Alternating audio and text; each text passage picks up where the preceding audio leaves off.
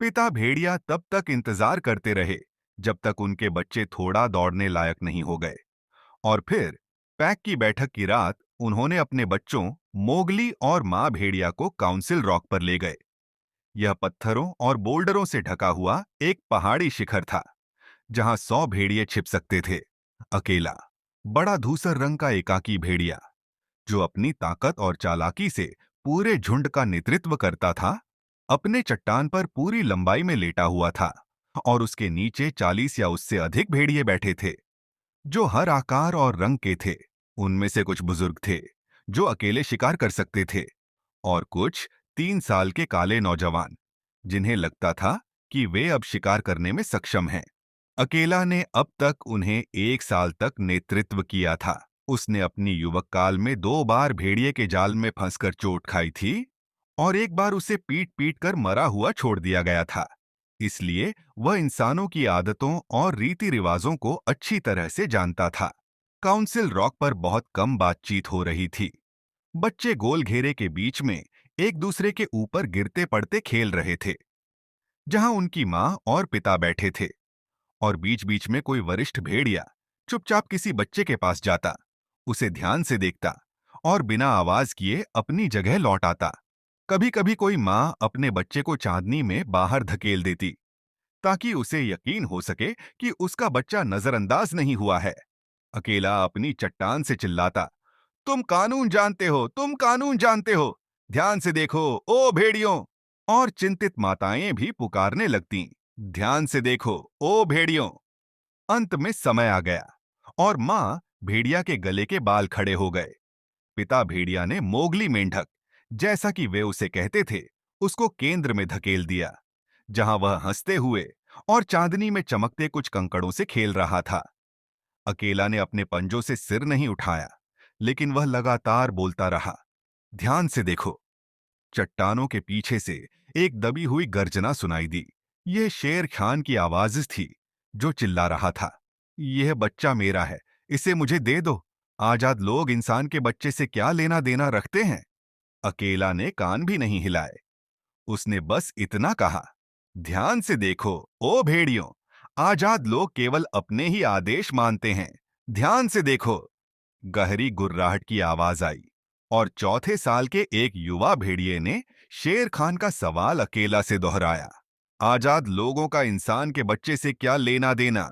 अब जंगल का कानून यह कहता है कि अगर किसी बच्चे को झुंड में स्वीकार करने के अधिकार पर कोई विवाद होता है तो उसके लिए कम से कम 2 सदस्य बोलने चाहिए जो उसके माता पिता न हो। इस बच्चे के लिए कौन बोलता है? अकेला ने पूछा। आजाद लोगों में से कौन बोलता है? कोई जवाब नहीं मिला और मां भेड़िया लड़ाई के लिए तैयार हो गई, क्योंकि वह जानती थी कि अगर बात लड़ाई तक पहुंची तो यह उसकी आखिरी लड़ाई होगी। तभी पैक काउंसिल में आने की अनुमति रखने वाला दूसरा प्राणी बालू, वह आलसी भूरा भालू जो भेड़िया बच्चों को जंगल का कानून सिखाता है, आगे आया। बूढ़ा बालू जो केवल मेवे, जड़ें और शहद खाता है, इसलिए जहां चाहे वहां आ जा सकता है, अपने पिछले पैरों पर उठकर गुर्राया, इंसान का बच्चा, इंसान का बच्चा। उसने कहा, मैं इंसान के बच्चे के लिए बोलता हूं, इसमें कोई हानि नहीं है। मुझे शब्दों का उपहार नहीं मिला है, लेकिन मैं सच्चाई कहता हूं। इसे झुंड के साथ दौड़ने दो और बाकी के साथ इसे शामिल कर लो। मैं खुद इसे सिखाऊंगा। हमें एक और की आवश्यकता है, अकेला ने कहा। बालू ने बात की है और वह हमारे युवा बच्चों का शिक्षक है। बालू के अलावा कौन बोलना चाहता है? एक काला साया गोल घेरे में उतर आया। वह बगीरा था, काला चीता, पूरी तरह से स्याह, लेकिन कुछ रोशनी में उसके चीते के निशान पानी में बने रेशमी पैटर्न की तरह दिखते थे। सभी बगीरा को जानते थे और कोई भी उसकी राह में आने की हिम्मत नहीं करता था, क्योंकि वह ताबाकी जितना चालाक, जंगली भैंस जितना साहसी और घायल हाथी जितना बेपरवाह था। लेकिन उसकी आवाज पेड़ से टपकते हुए जंगली शहद जितनी मीठी थी और उसकी खाल रेशम से भी मुलायम थी। अच्छा, अच्छा, युवा भेड़ियों ने कहा, जो हमेशा भूखे रहते थे। बघीरा की बात सुनो, बच्चे को कीमत देकर खरीदा जा सकता है। यह कानून है। अब बोलो, नंगे बच्चे को मारना शर्म की बात है?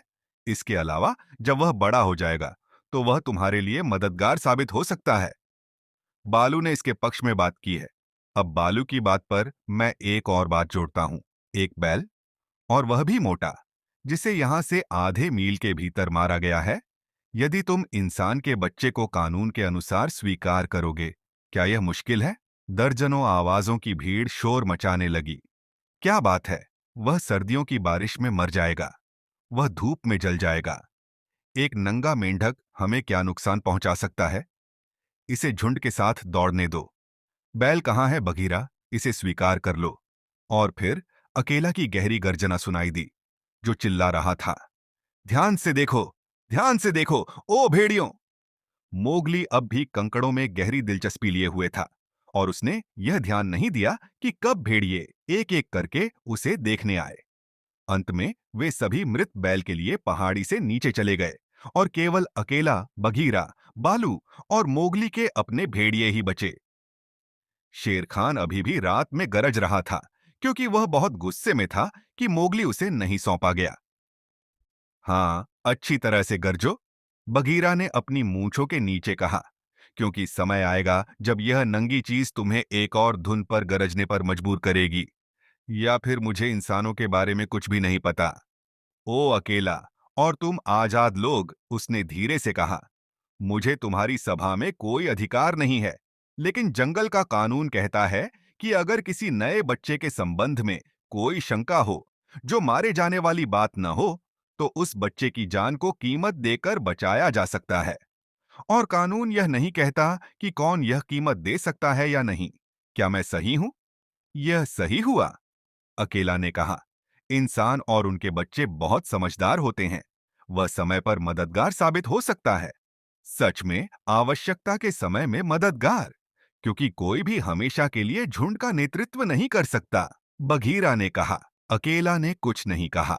वह उस समय के बारे में सोच रहा था जो हर झुंड के हर नेता के जीवन में आता है, जब उसकी ताकत उससे चली जाती है और वह कमजोर से कमजोर होता चला जाता है, जब तक कि अंत में उसे भेड़ियों द्वारा मारा नहीं जाता और एक नया नेता आता है जो अपनी बारी में मारा जाता है।